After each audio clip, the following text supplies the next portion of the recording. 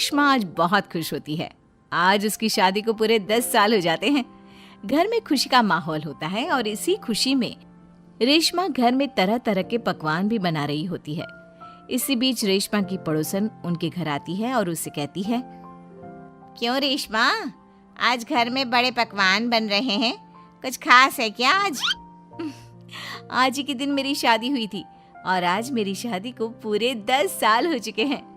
अच्छा, शादी से याद आया रेशमा, क्या तुझे पता है हमारे पास वाले ही एक गांव में 70 साल की एक बुढ़िया औरत अपनी दूसरी शादी रचा रही है।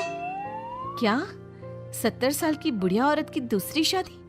अरे जिस उम्र में लोग पूजा पाठ करते हैं वो बूढ़ी औरत रंगरलियां मना रही है। इतना ही नहीं, सुनने में तो ये भी आ रहा है कि उस बूढ़ी औरत के 2 बेटे, बहू और 4 पोते पोतियां भी हैं। तौबा तौबा, सच में जमाना बहुत खराब आ चुका है। कोई शर्म लिहाज नाम की चीज तो बची ही नहीं इस दुनिया में। हमारे परिवार के तो ऐसे संस्कार नहीं है। रेशमा, जमाना बहुत आगे निकल गया है। आजकल क्या बच्चे और क्या बूढ़े, सभी पर एक जैसी जवानी छा रही है। हमारे लिए तो ऐसा सोचना भी पाप है। वैसे कब है उस बूढ़ी औरत की शादी? आपको कोई जानकारी है क्या? मुझे क्या, पूरे गांव वालों को पता है इस शादी के बारे में। कल ही तो है। अरे वाह, कल तो योगेश के पापा भी छुट्टी पर हैं। एक काम करते हैं, हम भी चलते हैं इस बूढ़ी औरत की शादी में। आखिर देखे तो सही कि कौन है वो बेशर्म बुढ़िया औरत जो पोता पोती खिलाने की उम्र में प्यार के फूल खिला रही है। पड़ोसन वहां से चली जाती है, जिसके बाद रेशमा सोच में पड़ जाती है। शाम को जब रेशमा का पति अमित घर आता है तो वो रेशमा को हैरान परेशान देखकर पूछता है, क्या हुआ रेशमा, आज बहुत परेशान सी लग रही हो? कुछ खास नहीं, एक बुढ़िया औरत के बारे में सोच रही थी। कौन सी बुढ़िया औरत? रेशमा अमित की ओर देखती है और उसे बताते हुए कहती है, हमारे पास वाले गांव में ही एक बूढ़ी औरत है जो अपनी उम्र के आखिरी पड़ाव में अब लव अफेयर कर रही है और कल उसकी शादी भी है। ताज्जुब की बात तो यह है कि उसके 2 बहू बेटे और 4 पोते पोतियां भी हैं, फिर भी किसी ने उसे नहीं रोका। अरे इतना भरा पूरा परिवार होने के बाद वो अपना दूसरा घर क्यों बसाना चाह रही है? पता नहीं जी, मैं सोच रही थी कल आपकी भी छुट्टी है तो क्यों ना हम भी शादी देखने चले। सुनने में आ रहा है कि कल पूरा गांव जा रहा है उसकी शादी देखने के लिए। रेशमा की बातें सुनकर अमित भी दूसरे दिन उसके साथ चलने के लिए हामी भर देता है। अगले दिन सुबह रेशमा और अमित बच्चों के साथ शादी देखने निकल जाते हैं। गांव से कुछ किलोमीटर की दूरी तय कर रेशमा अपने परिवार के साथ विवाह स्थल पर पहुंच जाती है। यहाँ की साज सजावट कितनी अच्छी लग रही है ना। ऐसा लग रहा है मानो किसी नई नवेली दुल्हन की शादी हो। देख कर तो ऐसा ही लग रहा है, लेकिन वो बूढ़ी औरत है कहाँ पर जिसके इतने किस्से सुनने को मिल रहे हैं? अमित के इतना बोलने की देर होती है और एक अधेड़ उम्र की बुढ़िया औरत दुल्हन के लिबास में सज संवर कर मंडप पर पहुंच जाती है, जिसे देख रेशमा और अमित के पैरों तले मानो जमीन ही खिसक जाती है।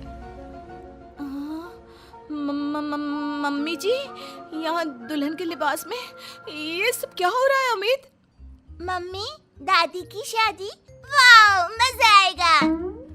मम्मी शादी कर रही हैं और हमें बताना भी जरूरी नहीं समझा? क्या अब हम उनके लिए इतने गैर हो गए हैं? कुछ भी हो, मैं मम्मी जी की ये शादी तो बिल्कुल नहीं होने दूंगी। रेशमा अपनी सास सुशीला की तरफ जाती है। सुशीला अपनी बहू को देखकर सकते में पड़ जाती है। रेशमा, तू यहाँ क्या कर रही है? मेरी छोड़िए मम्मी जी, और आप अपना बताइए, आप यहाँ दुल्हन के लिबास में क्या कर रही हैं? आप इस उम्र में शादी कर रही हैं? जानती है समाज कितनी थू थू करेगा हम पर। समाज के डर से जीना नहीं छोड़ देते बहू। मैं अपनी इस नई जिंदगी से बहुत खुश हूँ और खुशी खुशी अपनी मर्जी से ये शादी करना चाहती हूँ।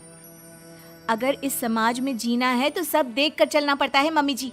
आप तो यहाँ शादी कर लोगी, लेकिन कभी सोचा फिर हम सबका जीना कितना मुश्किल हो जाएगा?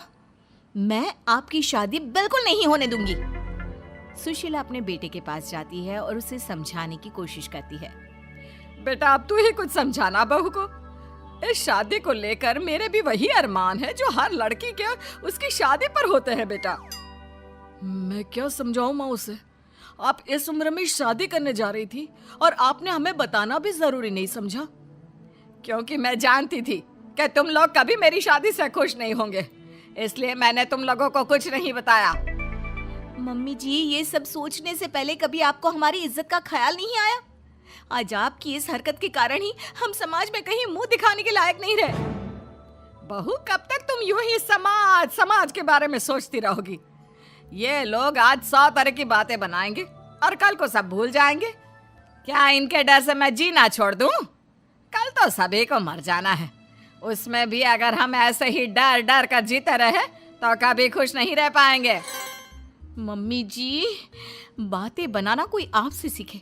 जिस उम्र में आपको पूजा पाठ करनी चाहिए, अपने पोते को गोद में खिलाना चाहिए, उस उम्र में आप फिर से अपना घर बसाने के सपने देख रही हो। यकीन नहीं होता मम्मी, आप इतनी स्वार्थी कैसे हो सकती हो? स्वार्थी? बहू, मैंने अपना पूरा जीवन बाकी सबकी खुशियों के लिए बिता दिया। अमित के पिताजी की मौत के बाद जब मेरे पास दूसरा घर बसाने का मौका था, तब भी मैंने अपने बारे में नहीं सोचा, अपने बच्चों के बारे में सोचा। और आज तुम मुझे स्वार्थी बोल रही हो? क्या एक बूढ़ी औरत के पास दिल नहीं होता? हमें प्यार करने का अधिकार नहीं होता? सुशीला की बातों ने सभी को सोच विचार करने पर मजबूर कर दिया। किंतु रेशमा, हर किसी को अपना जीवन जीने का अधिकार होता है मम्मी जी, लेकिन आपके साथ 3 और जिंदगियां भी जुड़ी हुई हैं। हम आपके कारण बदनामी का घूंट नहीं पी सकते मम्मी जी। आज तुम दोनों को अचानक मेरी और इस समाज की इतनी परवाह क्यों हो रही है?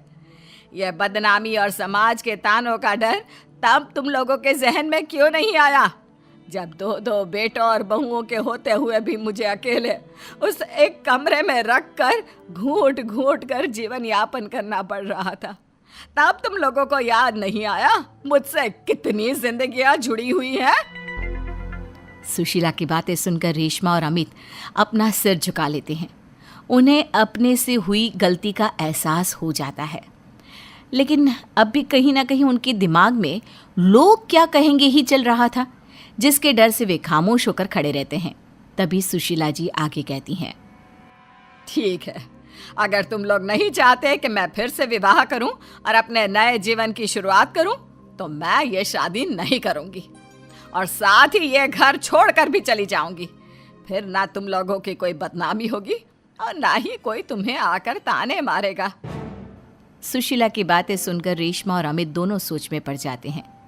कुछ देर सोचने के बाद रेशमा कहती है, नहीं मम्मी जी, आप घर छोड़कर मत जाइए। आप सच कह रही हैं। अगर हम ऐसे ही समाज की परवाह करते रहे तो हम कभी खुशी खुशी नहीं जी पाएंगे। हाँ माँ, और आज बचपन से तेरे हर निवाले और प्यार का कर्ज मैं चुकाऊंगा। आज यहाँ से मेरी माँ की डोली उठेगी। बजाओ शहनाई, आज मेरी माँ की शादी है। फिर क्या, अपने बहू बेटों की रजामंदी के साथ सुशीला खुशी खुशी 7 फेरे लेकर नई नवेली दुल्हन बन जाती है और सब शादी की खुशियों में